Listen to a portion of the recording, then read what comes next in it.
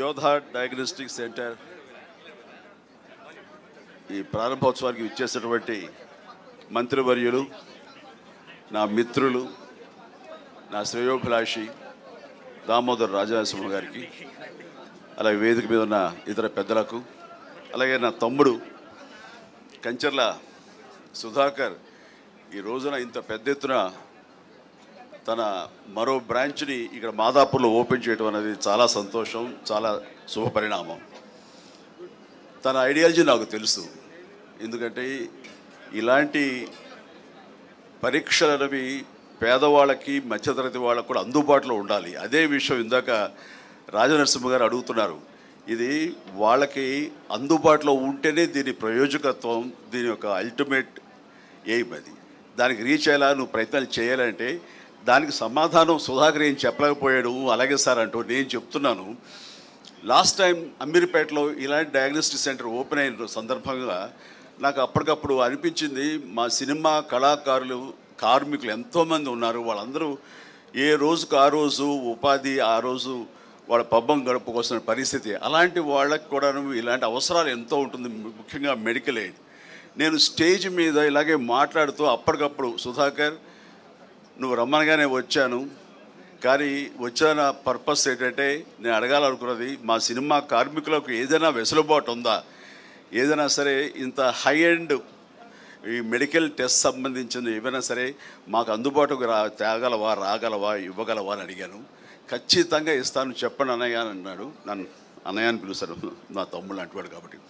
వెంటనే దాదాపుగా తన అన్న మాట ప్రకారం 14,000 మంది సినిమా కార్మికులకు చిరంజీవి చారిటబుల్ ట్రస్ట్ అండ్ యోధా డయాగ్నోస్టిక్ సెంటర్ సంయుక్తంగా కొన్ని కార్డులు ఇవ్వడం జరిగింది.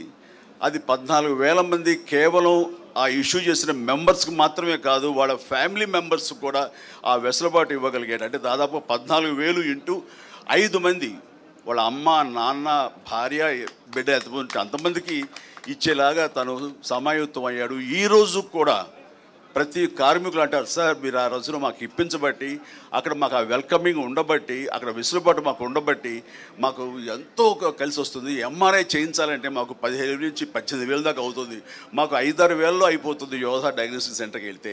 ఇదంతా కలిపి ఆయన సుధాకర్ పెద్ద మనసు, అలాగే నా ప్రయత్నం ఇవన్నీ కూడా దోహదపడ్డాయని వాళ్ళు చాలా సంతోషిస్తున్నారు. దానికి తాము వంతు కృషిగా చేయటం అన్నది, సామాజిక స్పృహ ఉండటం అన్నది నాకు అతని పట్ల అపారమైనటువంటి గౌరవం ఉంది. అండ్ ఇందాక మన మినిస్టర్ గారు అడిగిన దానికి సమాధానం ఇదే సార్. ఆ రకంగా సామాజిక బాధ్యత వహించి తను ఇలాంటివి కల్పించాడు. అందుకని అలాగే ఇక్కడ కూడాను ఈ రోజున మన ప్రసాద్ గారు ఉన్నారు, ఆయన ఆధ్వర్యంలో డిజిటల్ ఫెడరేషన్ ఉంది. వాళ్ళకు కూడా ఈ రోజున యూట్యూబర్స్ కానివ్వండి, ఇతర ఇన్ఫ్లుయెన్సర్స్కి కార్డులు అందజేయడం అనేది ఇది చాలా చాలా శుభపరిణామం, చాలా మంచిది.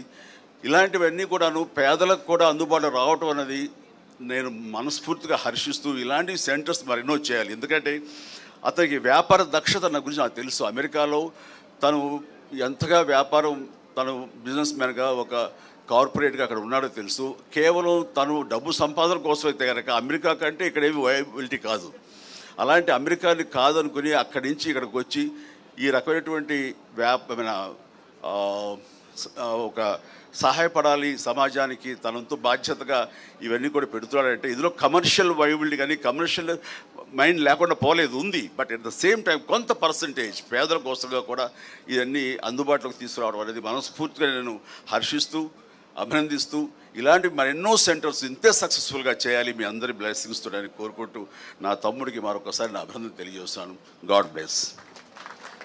Thank you so much Chiranjeevi గారు. మీరు ఈ కార్యక్రమానికి రావడం, మీ బ్లెస్సింగ్స్ మాకు ఇవ్వడం, ఇంతకంటే పెద్ద సపోర్ట్ అండ్ బూస్ట్ మాకే ఉంటుంది చెప్పండి. Thank you so much once again.